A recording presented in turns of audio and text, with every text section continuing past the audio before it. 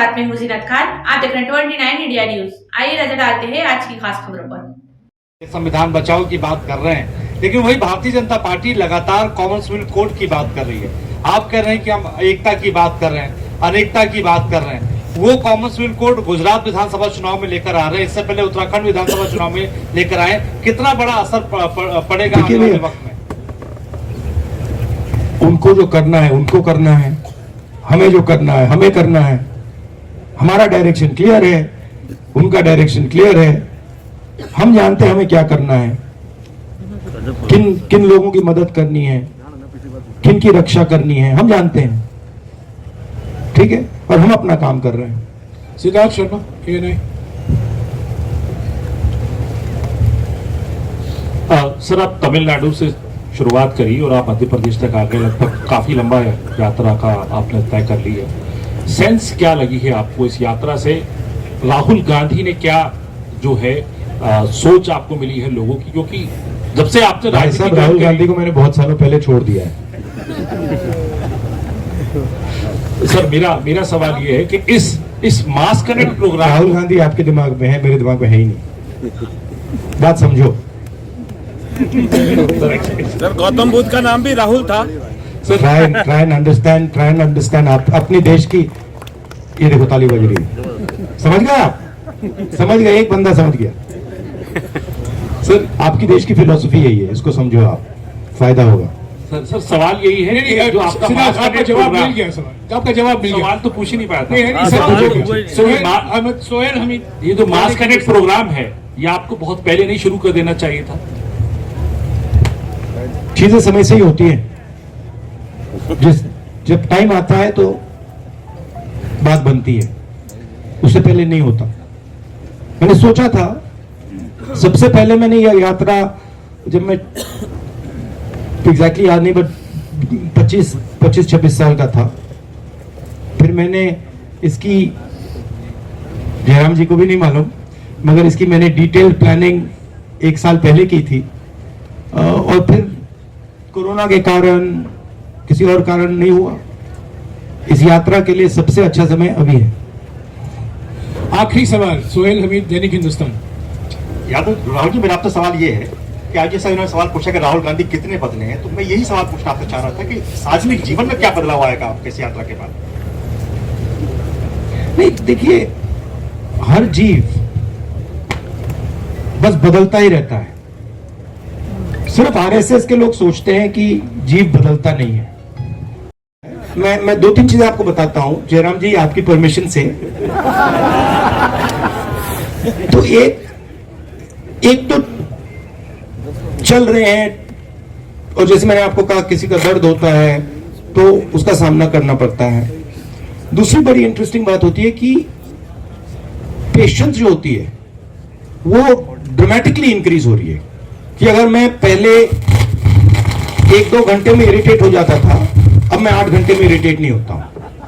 नहीं, आप हंस रहे हो, मगर ये बहुत बड़ी इंटरेस्टिंग चीज है। क्योंकि अब मुझे यहां धक्का लग जाए, पीछे से खींच लिया, मुझे कुछ फर्क नहीं पड़ता। तो ये दूसरी बड़ी इंटरेस्टिंग चीज है कि जो पेशेंस है वो बढ़ रही है। और तीसरी बात है कि सुनने का तरीका बदल गया है। तो अब अगर कोई व्यक्ति आता है, जिस प्रकार से मैं उसकी आवाज को सुनता हूं, उसका नेचर बदल गया है। मैं ज्यादा उसकी ओर से आवाज को सुनता हूं। मैं अपनी ओर से नहीं, मैं यहां से नहीं देखता हूं, मैं उधर से देखता हूं। तो ये मुझे लग रहा है काफी फायदेमंद चीजें हैं। हाँ, राहुल जी, मेरा सवाल ये था कि आपने 2 इश्यूज को रेस किया है भारत जोड़ो यात्रा के दौरान, महंगाई और बेरोजगारी। तो बेरोजगारी के मामले में जब हम देखते हैं तो प्राइम मिनिस्टर कहते हैं कि आत्मनिर्भर भारत हो रहा है, प्राइम मिनिस्टर कहते हैं कि एंटरप्रेन्योरशिप को हम बढ़ावा दे रहे हैं। यदि कांग्रेस के पास एक अवसर दिया जनता ने, तो ऐसा कौन सा फॉर्मूला होगा कि इस बेरोजगारी को दूर करने के लिए आप उसको लागू करेंगे, ताकि सही मायनों में आज का जो युवा है, जो भटक रहा है, जो नौजवान है, उसको रोजगार मिल पाए? क्या फॉर्मूला कांग्रेस के पास है? सबसे पहले ये जो बेरोजगारी है, इसका सबसे बड़ा कारण कंसंट्रेशन ऑफ वेल्थ, कि 3-4 लोगों के हाथ आपने हिंदुस्तान का पूरा धन डाल दिया है। जो भी वो करना चाहते हैं, जो भी बिजनेस वो चाहते हैं, वो कर सकते हैं। और हर इंडस्ट्री में वो एक के बाद एक मोनोपोलीज क्रिएट कर रहे हैं। आप हिंदुस्तान के सब इंडस्ट्रीज देख लीजिए, आपको मोनोपोली दिखेगी। टेलीकॉम, रिटेल, इंफ्रास्ट्रक्चर, सब जगह, एयरपोर्ट, स्पोर्ट्स, सब में आपको मोनोपोली दिखेगी।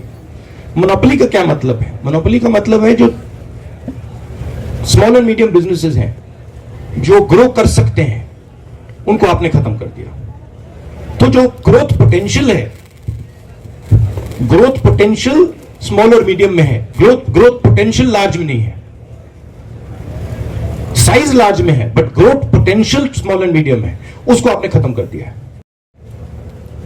मैं इसमें जाना नहीं चाहता हूं कि किसने क्या कहा, ठीक है।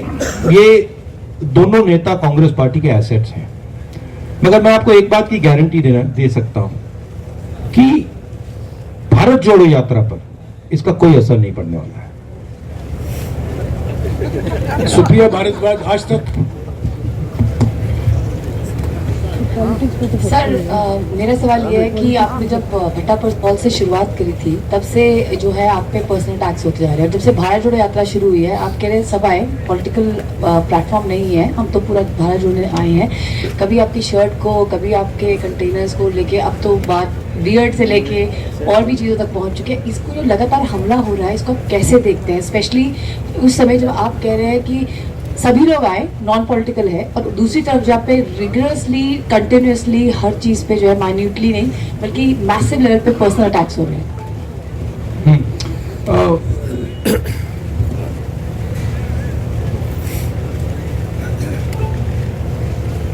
बीजेपी की प्रॉब्लम क्या है, मैं आपको बता देता हूं। प्रॉब्लम यह है, और इस यात्रा ने इसको, मैं कह सकता हूं, छोटी तरीके से दिखाया है, बड़े तरीके से नहीं दिखाया, छोटी तरीके से दिखाया, क्योंकि मैंने शुरुआत की है। बीजेपी का प्रॉब्लम है कि उन्होंने हजारों करोड़ रुपए मेरी इमेज को खराब करने में लगा दिए हैं, और मेरी एक यहां पे उन्होंने इमेज बना दी है। अब लोग सोचते हैं कि ये मेरे लिए नुकसानदायक है, मगर एक्चुअली ये मेरे लिए फायदेमंद है। क्यों? क्योंकि सच्चाई मेरे हाथ में है, और सच्चाई को छुपाया नहीं जा सकता है।